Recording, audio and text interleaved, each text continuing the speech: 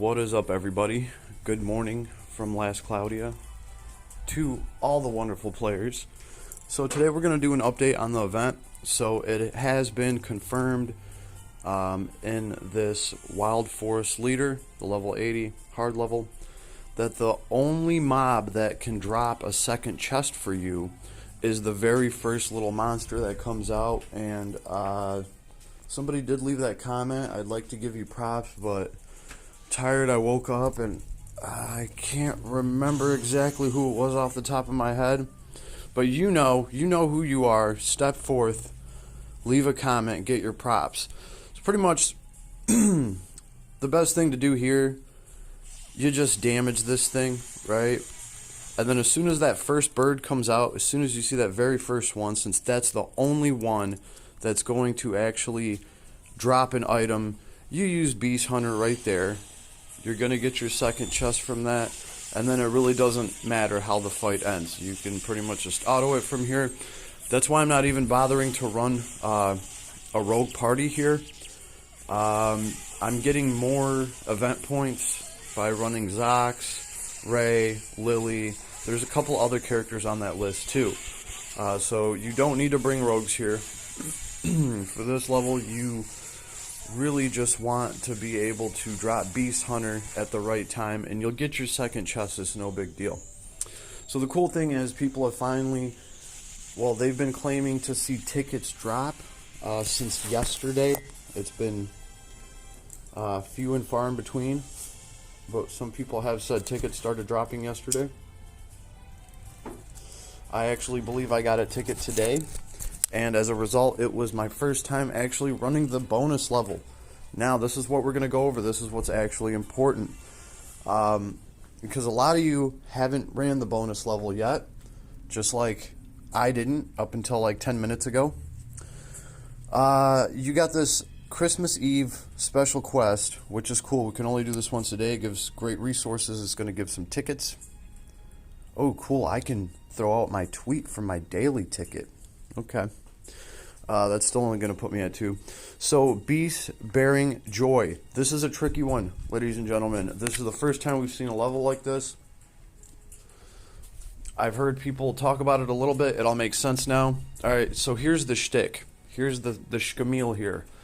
This fight is over in 6 seconds. Okay? You're not even going to have enough time to kill the enemies. You can farm off of them. Beast Hunter works.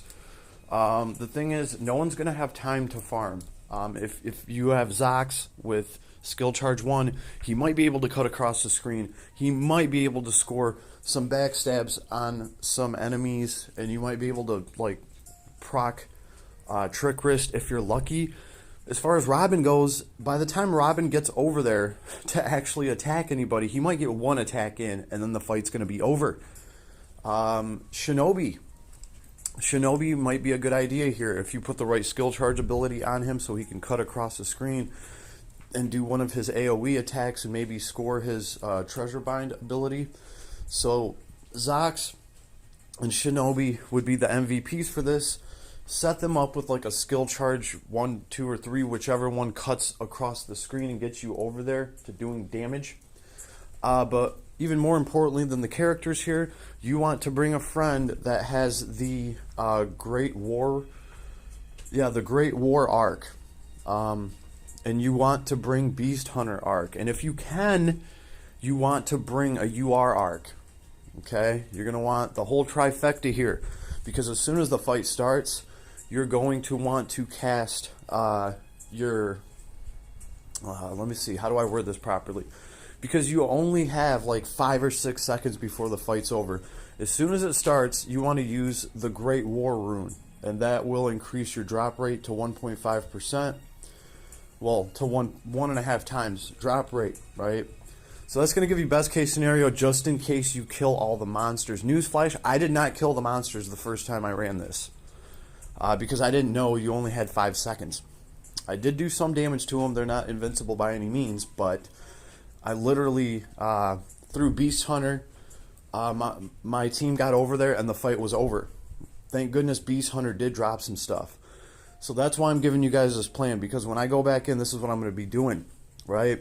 So here it is from the top. Like I said, you're going to start off by casting the Great War Ruin, so you can increase your drop chance on the mobs. Then you're instantly going to want to throw Beast Hunter.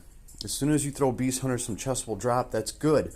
Now, your main objective is to try to kill any of the mobs that you can to get extra drops. At that point, you're probably going to have 2 seconds left till the fight's over. So if you're lucky, if you are lucky, what is this? Lock mode? Since when did that get locked?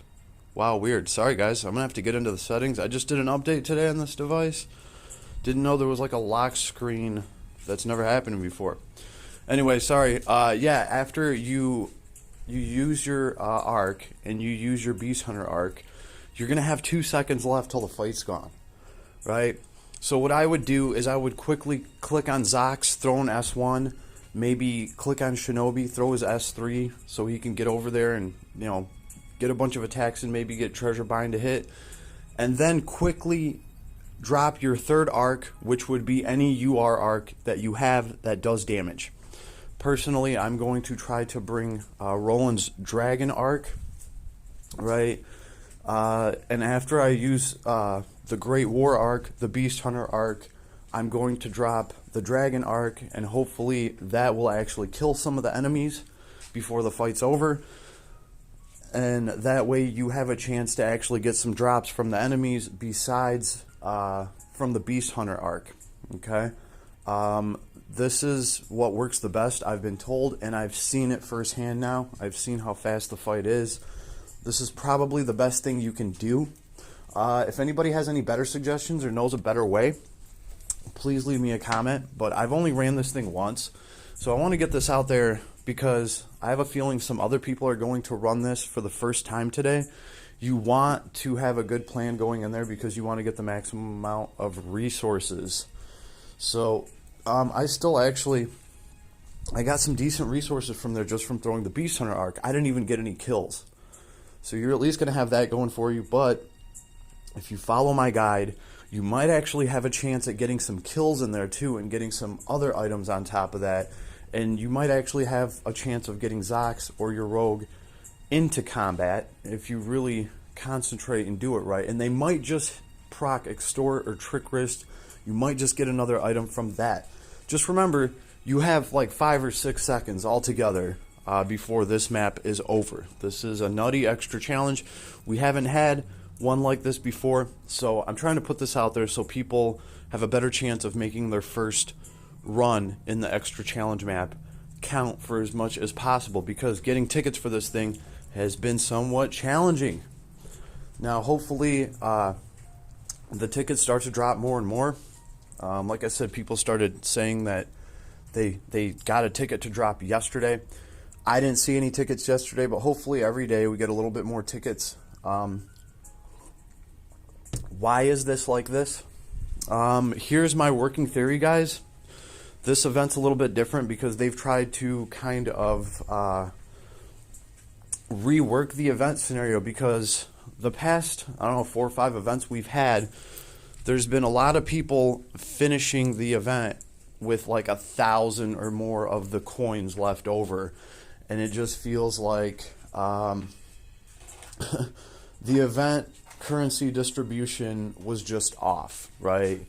It's not satisfying to a player to finish an event and have 10,000 of the currency to do nothing with. And I'm thinking maybe that's what they're trying to do something about, because we've literally had some events already where after you finish the event and you have every item and you have everything possible, you still have 20,000 currency left over or something stupid that you can't even use. So let's see, there was that one event where, I mean, it's hard enough to get these extra battle tickets now.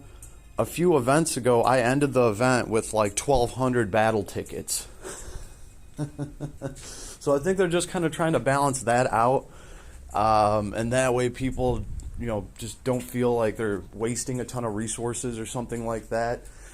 It is what it is. I honestly think they could have just left things the way that they were, but made it so that the event coin shop restocks with items after you clear it out. And that way, you know, we could actually spend the other 10,000 coins or whatever we had on maybe some rainbow clusters, some crystal clusters. I know. How about putting in some of the what are they? The 6-tier awakening items, the visionary light. You guys know what I'm talking about. How about putting some of those in there for an obscenely high amount of event currency? I would gladly do that and spend some of my event currency on visionary light, so I don't have to waste my orbs for 3 days trying to farm it out. So that's all I have to say about that. But I think that's what's going on here. They're just trying to rework this. They're just trying to crunch the numbers, and unfortunately we're getting the tickets crunched. And it is what it is, but at least it's opening it up. So we're well on our way. They're trying to balance these events out a little bit better. All right. So guys, be prepared for the extra challenge. Make sure you get the most out of it, because hey, you never know, it might be another couple of days before you can get into that extra challenge again, and that's assuming that you're tweeting every single day. So I still have to do that. So that's it, guys. That's what I wanted to talk about today. Everybody enjoy your day. Oh, that's right, we got a ticket. Might as well throw it.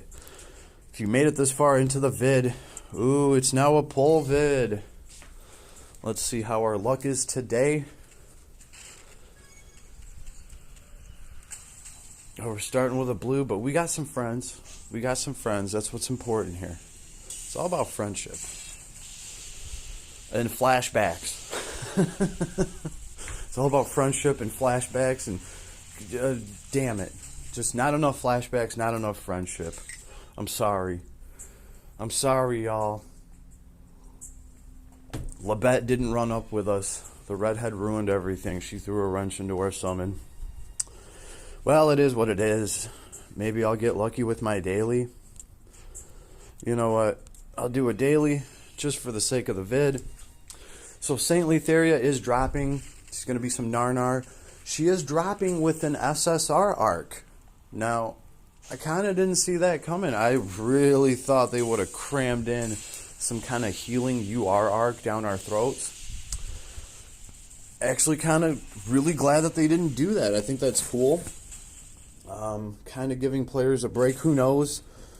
They might do something else, but this is at least what we're going to be like, kind of starting our Christmas. Well, no, we technically started our Christmas with Theria's awesome, badass sister, Alice, who I'm way more into, personally. I just think she's the funner sister to run. That's funny, I call them sisters, not even. She's the funner clone to run. Well, I mean, she's the only clone, I think, so far. Until they clone Rey, spoiler, it's probably going to happen way down the road. I'm going to call it right now. Somebody had Rey's other wing, and they're going to clone another Rey. But hey, I'm not going to tell Last Cloudia how to make a good storyline or anything. So yeah, Alice is awesome. Theria is coming out. Theria 2.0, the limited badass version of Theria. After Saintly Theria got her upgrade. So Saintly Theria got her upgrade. They didn't give her the highest tier light spell that some people thought she was going to get. She got a nice damage cap boost. Still a potent mage. We covered that already. But the other Theria that they're dropping, which, big surprise, it's Christmas time. It's pretty much Theria time. The other Theria that's dropping is pretty much the badass, you know, original goddess, half goddess, whatever she is, version of her, and she is going to be the best healer in the game. So I'm really not tripping over that, because I like my Luciel so much, and I have my Luciel set up pretty much for healing, and I just feel like I haven't even got to play with Luciel enough yet, so it's going to be hard for me to really pull for you know, another healer type character. We'll have to see what she does. She probably has amazing support. I'm willing to bet almost anything. And you guys know me. I'll at least throw a pull or two at it. But I think, for the most part, I'm just going to hold on to whatever resources I have left. and just kind of ride this thing out and just kind of keep working on Theria's sister, clone, Alice. Yeah, so we'll have to see, but I'll definitely review her. I know some people are excited for her, and hey, I mean, healing can definitely win you some fights in Last Cloudia. And she's going to be healing with that Nar. So it's just going to be next level heals. It's going to be impressive. I'm very interested to see what they do with her as a character, just to make her a little more impressive than just, a powerful healer. I'm sure they'll make it cool. All right. And I'm actually kind of wondering if she's going to have a nifty S4 like her clone. Right? Because if Alice is her clone and she has such a badass S4, then maybe Theria herself has a pretty amazing S4. We will have to see. So I can't wait, but I will cover that. But for now, I wanted to cover this event so everyone's prepared to go run that extra bonus level for the very first time. Good luck to you out there. Best of luck, and I hope you get thousands of coins. I will talk to you all soon. Peace, everybody. Have a good morning.